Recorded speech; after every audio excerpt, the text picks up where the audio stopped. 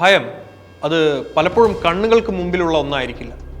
ഒരു നിഴലായി, ഒരു കത്തായി, അല്ലെങ്കിൽ പാതിരാത്രിയിൽ കേൾക്കുന്ന ഒരു അജ്ഞാതമായ ഒരാളുടെ ശ്വസന ശബ്ദമായി അത് നമ്മളെ വേട്ടയാടും. 1968 ഡിസംബറിലെ ആ തണുത്ത രാത്രിയിൽ കാലിഫോർണിയയിലെ ജനങ്ങൾ അറിഞ്ഞിരുന്നില്ല തങ്ങൾക്കിടയിൽ ഒരാൾ മരണത്തിൻ്റെ പുതിയൊരു കളി തുടങ്ങാൻ പോവുകയാണെന്ന്. അയാൾക്ക് വേണ്ടത് പണമല്ലായിരുന്നു, പ്രശസ്തിയല്ലായിരുന്നു, അയാൾക്ക് വേണ്ടത് ഭീതിയായിരുന്നു. ഇത് സോഡിയാക്കാണ് സംസാരിക്കുന്നത്. ഈ ഒരൊറ്റ വാചകം മതിയായിരുന്നു അമേരിക്കൻ പോലീസ് സംവിധാനത്തെ മുഴുവൻ വിറപ്പിക്കാൻ.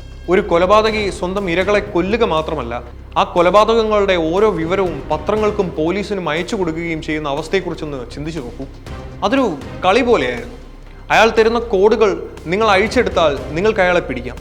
പക്ഷേ ലോകത്തിലെ ഏറ്റവും വലിയ ഗണിത ശാസ്ത്രജ്ഞനും അന്വേഷണ ഉദ്യോഗസ്ഥരും പരാജയപ്പെട്ട ഇടമായിരുന്നു അത്. 5 കൊലപാതകങ്ങൾ ഔദ്യോഗികമായി സ്ഥിരീകരിച്ചു.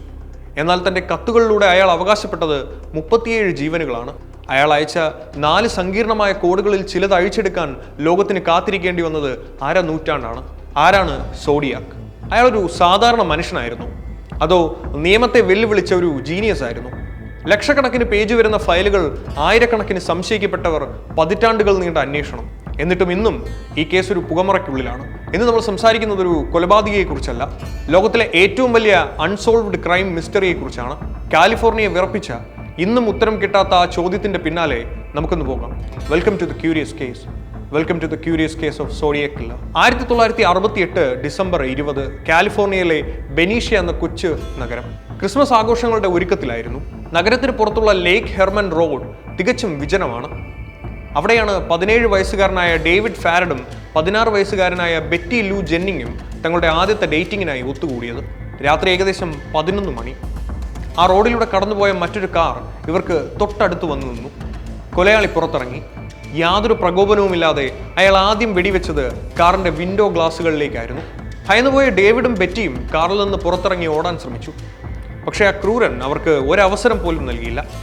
ഡേവിഡിന്റെ തലയ്ക്ക് അയാൾ വെടിവെച്ചു.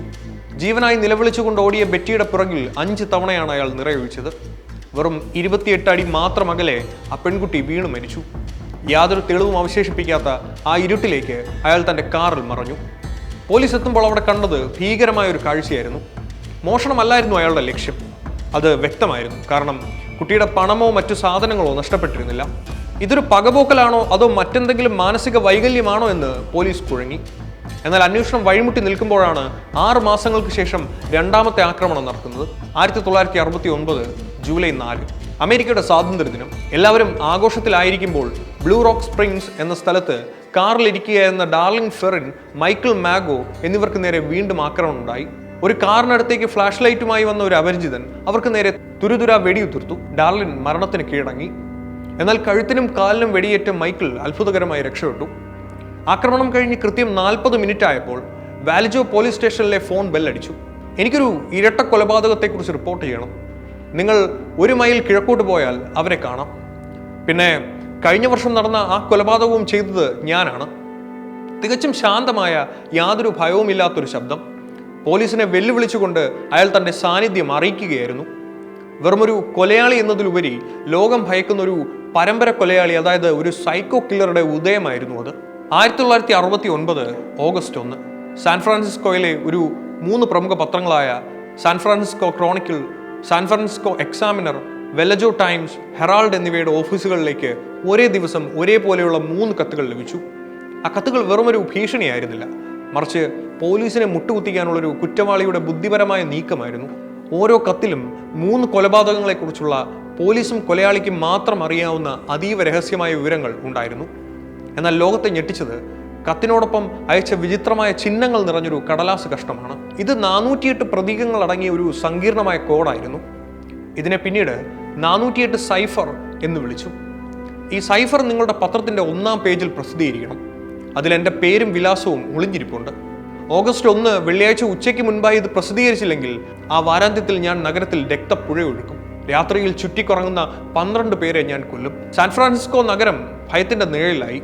പത്രങ്ങൾ ഈ കോഡ് പ്രസിദ്ധീകരിച്ചു. CIA-യിലെയും FBI-യിലെയും വൻകിട കോഡ് ബ്രേക്കർമാർ ദിവസങ്ങളോളം പണിപ്പെട്ടെങ്കിലും അത് അഴിച്ചെടുക്കാൻ കഴിഞ്ഞില്ല. എന്നാൽ അപ്രതീക്ഷിതമായി സലനാസിലെ ഒരു സാധാരണ സ്കൂൾ അധ്യാപകനായ ഡൊണാൾഡ് ഫാർഡറും ഭാര്യ ബെറ്റിയും ചേർന്ന് ആ ആഴ്ച തന്നെ ആ നിഗൂഢതയുടെ ചുരുളഴിച്ചു. തൻ്റെ പേര് വെളിപ്പെടുത്തുമെന്ന് സോഡിയാക് പറഞ്ഞിരുന്നെങ്കിലും ഡീകോഡ് ചെയ്തപ്പോൾ ലഭിച്ച സന്ദേശം ക്രൂരമായിരുന്നു. എനിക്ക് ആളുകളെ കൊല്ലാൻ വലിയ ഇഷ്ടമാണ്, കാരണം അത് കാട്ടുമൃഗങ്ങളെ വേട്ടയാടുന്നതിനേക്കാൾ രസകരമാണ്. മരിക്കുമ്പോൾ സ്വർഗത്തിൽ എനിക്ക് സേവനം ചെയ്യാൻ അടിമകളെ ശേഖരിക്കുകയാണ് ഞാൻ ചെയ്യുന്നത്. അയാൾ തൻ്റെ പേര് വെളിപ്പെടുത്തിയില്ല. പകരം കത്തിൻ്റെ അവസാനം വട്ടത്തിനകത്തൊരു കുരിശു വരച്ചൊരു പുതിയ ചിഹ്നം പതിപ്പിച്ചു. അന്നു മുതലാണ് അയാൾ സോഡിയാക് എന്നറിയപ്പെടാൻ തുടങ്ങിയത്. ഈ ഒരു കത്തിൽ ഇത് അവസാനിച്ചില്ല. അടുത്ത 10 വർഷത്തിനുള്ളിൽ സോഡിയാക് 20ഓളം കത്തുകൾ കൂടി അയച്ചു. ചില കത്തുകളിൽ അയാൾ പോലീസിനെ കളിയാക്കി, ചിലതിൽ തൻ്റെ അടുത്ത ഇരകളെക്കുറിച്ച് മുന്നറിയിപ്പ് നൽകി. 1900 നവംബറിൽ അയാൾ അയച്ച 340 സൈഫർ അഴിച്ചെടുക്കാൻ ലോകത്തിന് കാത്തിരിക്കേണ്ടി വന്നത് നീണ്ട 51 വർഷങ്ങളാണ്. 2020 3 രാജ്യങ്ങളിൽ ചേർന്നുള്ള വിദഗ്ധർ ചേർന്നാണ് ആ രഹസ്യം കണ്ടെത്തിയത്. അതിൽ അയാൾ പറഞ്ഞത് ഒന്നേ ഉള്ളൂ: നിങ്ങൾ എന്നെ പിടിക്കാൻ ശ്രമിക്കുന്നതിന് എനിക്ക് വലിയ സന്തോഷമുണ്ട്. ഇതുവരെയുള്ള കൊലപാതകങ്ങളെല്ലാം നടന്നത് ഇരുട്ടിന്റെ മറവിലായിരുന്നു. എന്നാൽ 1969 സെപ്റ്റംബർ 27 സോഡിയാക് തിരഞ്ഞെടുത്തത് നട്ടുച്ച നേരമായിരുന്നു. കാലിഫോർണിയയിലെ നാപ്പ കൗണ്ടിയിലുള്ള ലേക്ക് ബെറിയേസ തടാകക്കരയിൽ പിക്നിക്കിനായി എത്തിയതായിരുന്നു പസഫിക് യൂണിയൻ കോളേജ് വിദ്യാർത്ഥിയായ ബ്രയാൻ ഹാർട്ട്നെലും സിസിലിയ ഷെപ്പേർഡും. പെട്ടെന്നാണ് മരങ്ങൾക്കിടയിൽ നിന്ന് ഒരാൾ അവർക്ക് നേരെ നടന്നു വന്നത്.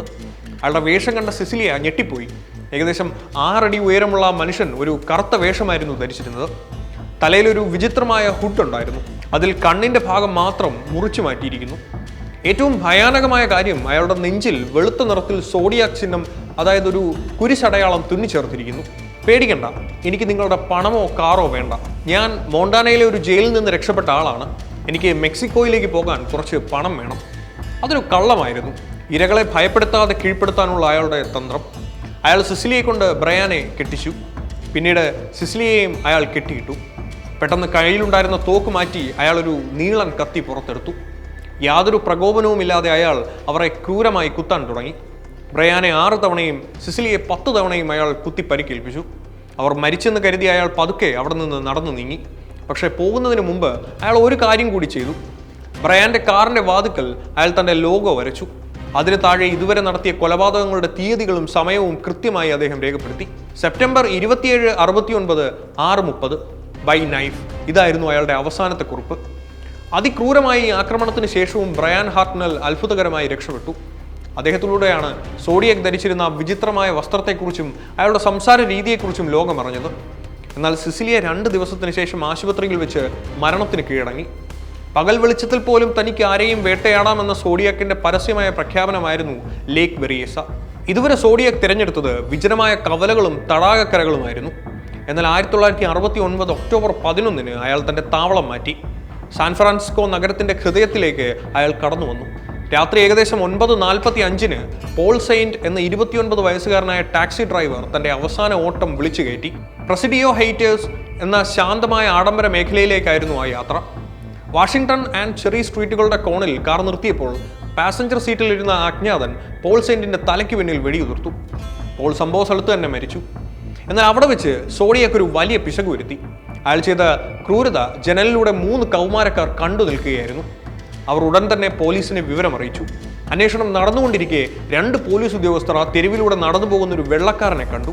അവർ അയാളോട് സംസാരിച്ചു. എന്നാൽ കൊലയാളി ഒരു കറുത്ത വർഗ്ഗക്കാരനാണെന്ന തെറ്റായ വയർലെസ് സന്ദേശമാണ് പോലീസിന് ലഭിച്ചിരുന്നത്. അതുകൊണ്ട് തന്നെ തന്റെ മുന്നിൽ നിൽക്കുന്നത് ലോകം തിരിയുന്ന ആ കൊലയാളിയാണെന്ന് അറിയാതെ പോലീസ് അയാളെ പോകാൻ അനുവദിച്ചു. സോഡിയാക് പതുക്കെ ഇരുട്ടിലേക്ക് നടന്നുപോയി. പോലീസ് ആ വലിയ അവസരം നഷ്ടപ്പെടുത്തി.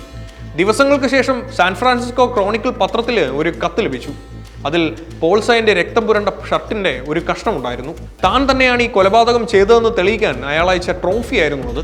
ആ കത്തിൽ അയാൾ പോലീസിനെ പുച്ഛിച്ചുകൊണ്ട് ഇങ്ങനെ എഴുതി: പോലീസുകാരെ, നിങ്ങൾ എന്നെ പിടിക്കാൻ മിടുക്കുള്ളവരാണെന്ന് ഞാൻ കരുതി. പക്ഷേ നിങ്ങൾ എൻ്റെ മുന്നിലൂടെയാണ് പോയത്. എൻ്റെ അടുത്ത ലക്ഷ്യം ഒരു സ്കൂൾ ബസ്സാണ്. ഞാൻ ആ ടയറുകൾ വെടിവെച്ച് തകർക്കും. എന്നിട്ട് ആ കുട്ടികൾ പേടിച്ച് നിലവിളിക്കുമ്പോൾ അവരെ ഓരോരുത്തരെയായി ഞാൻ തീർക്കും. ആ ഭീഷണി സാൻ ഫ്രാൻസിസ്കോയെ അക്ഷരാർത്ഥത്തിൽ സ്തംഭിപ്പിച്ചു. മാസങ്ങളോളം പോലീസ് വാഹനങ്ങളുടെ അകമ്പടിയോടെയാണ് സ്കൂൾ ബസ്സുകൾ ഓടിയത്. പോൾ സെസന്റെ കൊലപാതകത്തിന് ശേഷമാണ് സോഡിയാക്കിന്റെ ഏകദേശ രൂപരേഖ പോലീസിന് ലഭിച്ചത്. എന്നാൽ പിന്നീട് ഒരൊറ്റ കൊലപാതകം പോലും സോഡിയാക്കിന്റെ പേരിൽ ഔദ്യോഗികമായി സ്ഥിരീകരിക്കപ്പെട്ടിട്ടില്ല. അയാൾ ഒളിവിൽ പോയോ അതോ മരിച്ചോ, മറ്റേതെങ്കിലും കൊലപാതകത്തിന് പിന്നിൽ അയാൾ ഉണ്ടായിരുന്നോ? നിഗൂഢതകൾ അവിടെ തുടങ്ങുകയാണ്. പോലീസ് ഡിപ്പാർട്ട്മെന്റും FBI-യും തങ്ങളുടെ ചരിത്രത്തിലെ ഏറ്റവും വലിയ മനുഷ്യ വേട്ടയാണ് ഇതിനുശേഷം ആരംഭിച്ചത്. 10,000 കണക്കിന് ആളുകളെ ചോദ്യം ചെയ്തു. 2000-ത്തിലധികം പേരെ സംശയപട്ടികയിൽ ഉൾപ്പെടുത്തി. ഓരോ കത്തും ഓരോ വിരലടയാളവും സൂക്ഷ്മമായി പരിശോധിക്കപ്പെട്ടു. എന്നാൽ ഇത്രയേറെ തെളിവുകൾ മുന്നിലുണ്ടായിട്ടും നിയമ സംവിധാനത്തിന് ആ നിഴലിനെ പിടികൂടാൻ കഴിഞ്ഞില്ല. ഈ അന്വേഷണത്തിനിടയിൽ പോലീസ് ഏറ്റവും കൂടുതൽ സംശയിച്ച പേര് ആർതർ ലീ അലൻ എന്നയാളുടേതായിരുന്നു. ഇയാൾ സോഡിയാക് ആകാൻ 100% സാധ്യതയുണ്ടെന്ന് വിശ്വസിക്കാൻ പോലീസിന് പല കാരണങ്ങളുണ്ടായിരുന്നു. സോഡിയാക് ബ്രാൻഡിലുള്ളൊരു കയ്യിൽ കിട്ടുന്ന വാച്ച് ഉണ്ടായിരുന്നു അയാൾക്ക്. അതിലെ ലോഗോ കൊലയാളി കത്തുകൾ ഉപയോഗിച്ചിരുന്ന അതേ ചിഹ്നമായിരുന്നു. കൊലപാതകങ്ങൾ നടന്ന സ്ഥലങ്ങളിൽ അയാൾ പോകാറുണ്ടായിരുന്നുവെന്ന് സുഹൃത്തുക്കൾക്ക് അയാൾ മൊഴി നൽകി. ഏറ്റവും വിചിത്രമായ കാര്യം, അയാൾ സ്വന്തം വീട്ടിൽ വെച്ച് ചിലരോട് പറഞ്ഞിരുന്നു താൻ ആളുകളെ കൊല്ലാൻ പോവുകയാണെന്നും സ്വയം സോഡിയാക് എന്ന് വിളിക്കുമെന്നും. പോലീസ് അയാളുടെ വീട് അരിച്ചു പെറുക്കി. പക്ഷേ നിർണായകമായ ഒരു തെളിവും ലഭിച്ചില്ല. അയാളുടെ കൈയക്ഷരവും സോഡിയാക്കിന്റെ കത്തുകളുടെ കൈയക്ഷരവും തമ്മിൽ സാമ്യമുണ്ടായിരുന്നില്ല. ഏറ്റവും പ്രധാനമായത്, അന്നത്തെ കാലത്ത് ലഭ്യമായ DNA പരിശോധനയിൽ അലൻ കുറ്റക്കാരനല്ലെന്ന് തെളിഞ്ഞു. 1992 അയാൾ മരിക്കുന്നതുവരെ പ്രധാന പ്രതിയായി തുടർന്നുവെങ്കിലും ഒരൊറ്റ കുറ്റവും അയാൾക്കെതിരെ തെളിയിക്കാൻ കഴിഞ്ഞില്ല. പോലീസിന് പുറമെ ഈ കേസിൽ ജീവിതം ഒഴിഞ്ഞുവെച്ച മറ്റൊരാളാണ് റോബർട്ട് ഗ്രേസ്മിത്ത്. സാൻ ഫ്രാൻസിസ്കോ ക്രോണിക്കിലെ ഒരു സാധാരണ കാർട്ടൂണിസ്റ്റ് ആയിരുന്ന അദ്ദേഹം സോഡിയാക്കിന്റെ കോഡുകളിൽ ആകൃഷ്ടനായി സ്വന്തം അന്വേഷണം ആരംഭിച്ചു. തന്റെ കുടുംബത്തെയും കരിയറിനെയും അവഗണിച്ചുകൊണ്ട് അദ്ദേഹം നടത്തിയ നീണ്ടകാലത്തെ പഠനങ്ങൾ പിന്നീട് സോഡിയാക് എന്ന ലോകപ്രശസ്തമായ പുസ്തകമായി മാറി. അന്വേഷണം ഇന്നും അവസാനിച്ചിട്ടില്ല. ഓരോ വർഷവും പുതിയ DNA സാങ്കേതിക വിദ്യകൾ ഉപയോഗിച്ച് പഴയ തെളിവുകൾ വീണ്ടും പരിശോധിക്കപ്പെടുന്നു. ഗ്യാരി ഫ്രാൻസിസ് പോസ്റ്റ് എന്ന വ്യക്തിയാണ് സോഡിയാക് എന്ന് 2021 ഒരു സംഘം റിട്ടയർഡ് ഉദ്യോഗസ്ഥർ അവകാശപ്പെട്ടിരുന്നു. എന്നാൽ ഔദ്യോഗികമായി ഈ കേസ് ഇന്നും ഓപ്പണാണ്. ഒരു ജനതയെ മുഴുവൻ വിറപ്പിച്ച കൊലയാളി ഇന്നും നിയമത്തിന് പിടികൊടുക്കാതെ ചരിത്രത്തിന്റെ ഇരുളിൽ മറഞ്ഞു നിൽക്കുന്നു. 5 പതിറ്റാണ്ടുകൾ, ഒരു മനുഷ്യായുസിന്റെ വലിയൊരു ഭാഗം കടന്നുപോയിരിക്കുന്നു. സാൻ ഫ്രാൻസിസ്കോയിലെ തെരുവുകൾ മാറി, തലമുറകൾ മാറി, കുറ്റാന്വേഷണ രംഗത്ത് വിപ്ലവകരമായ മാറ്റങ്ങൾ വന്നു. പക്ഷേ ആ കറുത്ത ഹുഡ് ധരിച്ച നെഞ്ചിൽ കുരിശടയാളമുള്ള ആ രൂപം ഇന്നും അമേരിക്കയുടെ ചരിത്രത്തിലെ ഏറ്റവും ഭയാനകമായ ഒരു ചോദ്യചിഹ്നമായി അവശേഷിക്കുന്നു. എന്തുകൊണ്ടാണ് സോഡിയാക് പിടിക്കപ്പെടാതിരുന്നത്? അതൊരു വലിയ പരാജയമായിരുന്നു. അതോ അയാൾ അത്രമേൽ ബുദ്ധിമാനായിരുന്നു? യഥാർത്ഥത്തിൽ സോഡിയാക് ഒരു കൊലയാളി മാത്രമല്ലായിരുന്നു, അയാൾ ഒരു അറ്റൻഷൻ സീക്കർ കൂടിയായിരുന്നു. തന്റെ ക്രൂരതകൾ ലോകം ആഘോഷിക്കണമെന്ന് അയാൾ ആഗ്രഹിച്ചു. പത്രങ്ങളിലൂടെയും റേഡിയോയിലൂടെയും അയാൾ ജനങ്ങളുമായി സംസാരിച്ചു. തന്റെ ഇരകളെ കൊല്ലുന്നതിനേക്കാൾ അയാൾ ആസ്വദിച്ചത് ഒരു നഗരത്തെ മുഴുവൻ ഭയത്തിന്റെ മുൾമുനയിൽ നിർത്തുന്നതായിരുന്നു. 2020 51 വർഷത്തെ കാത്തിരിപ്പിന് ശേഷം അയാളുടെ 340 സൈഫർ ലോകം അഴിച്ചെടുത്തു. അന്ന് നമ്മൾ കരുതി അയാളുടെ പേരോ മറ്റോ വിവരങ്ങളോ അതിലുണ്ടാകുമെന്ന്. എന്നാൽ ആ സന്ദേശത്തിൽ ഇതായിരുന്നു: ഗ്യാസ് ചേമ്പറിൽ എന്നെ കൊല്ലാൻ നിങ്ങൾക്ക് പേടിയാണെന്ന് എനിക്കറിയാം, കാരണം അതെന്നെ വേഗത്തിൽ സ്വർഗത്തിലെത്തിക്കും. എനിക്കിപ്പോൾ എന്നെ സേവിക്കാൻ ധാരാളം അടിമകളുണ്ട്. മരണത്തിന് ശേഷവും പോലീസിനെ പരിഹസിക്കുന്ന ഒരു ഭ്രാന്തൻ മനസ്സായിരുന്നു അയാളുടേതെന്ന് ഇത് വീണ്ടും തെളിയിച്ചു. ഇന്ന് ആ കൊലയാളി ജീവിച്ചിരിപ്പുണ്ടോ എന്ന് നമുക്കറിയില്ല. ഒരുപക്ഷെ അയാൾ നമ്മുടെ ഇടയിൽ തന്നെ ഉണ്ടാകാം, അല്ലെങ്കിൽ തൻ്റെ രഹസ്യങ്ങൾ ചിതയിലേക്ക് കൊണ്ടുപോയിട്ടുണ്ടാകാം. പക്ഷേ ഒരു കാര്യം ഉറപ്പാണ്, ഓരോ തവണയും പുതിയൊരു DNA തെളിവോ പുതിയൊരു സൈഫറോ പുറത്തു വരുമ്പോൾ ലോകം വീണ്ടും ഞെട്ടും. നീതി കെട്ടാത്ത ആ 5 കുടുംബങ്ങൾ ഇന്നും കാത്തിരിക്കുന്നു. വരാനിരിക്കുന്ന ഏതെങ്കിലും ഒരു ലബോറട്ടറി പരിശോധനയിലോ അല്ലെങ്കിൽ ആരുടെയെങ്കിലും ഒരു കുറ്റസമ്മത മൊഴിയിലോ ആ മുഖം തെളിയുമെന്ന്. ഇത് അങ്ങനെ ആവുമെന്ന് നമുക്ക് പ്രത്യാശിക്കാം. അങ്ങനെ പ്രത്യാശിക്കാനല്ലേ നമുക്ക് കഴിയും. അതുവരെ ദ സോഡിയാക് എന്ന പേര് ചരിത്രത്തിലെ ഏറ്റവും വലിയ കുറ്റാന്വേഷണ പരാജയമായും ലോകം കണ്ട ഏറ്റവും ക്രൂരമായ ഒരു പ്രഹേളികയായും നിലനിൽക്കും. ഒരുപക്ഷെ ഈ നിമിഷം നിങ്ങൾ ഈ വീഡിയോ കാണുമ്പോൾ എവിടെയെങ്കിലും ഒരു പഴയ ഫയലിൽ പുതിയൊരു DNA തെളിവ് തെളിയുന്നുണ്ടാകാം, അല്ലെങ്കിൽ മറ്റാരും കാണാത്തൊരു രഹസ്യം ആരെങ്കിലും തിരിച്ചറിയുന്നുണ്ടാകാം. സത്യം എപ്പോഴെങ്കിലും പുറത്തു വരുമെന്ന് നമ്മൾ വിശ്വസിക്കുന്നു. എന്നാൽ സോഡിയാകിന്റെ കാര്യത്തിൽ ആ സത്യം ഇന്നും ഇരുട്ടിൽ തന്നെ ഒളിച്ചിരിക്കുകയാണ്. മറ്റൊരു ക്യൂരിയസ് സ്റ്റോറിയുമായി നമുക്ക് വീണ്ടും കാണാം.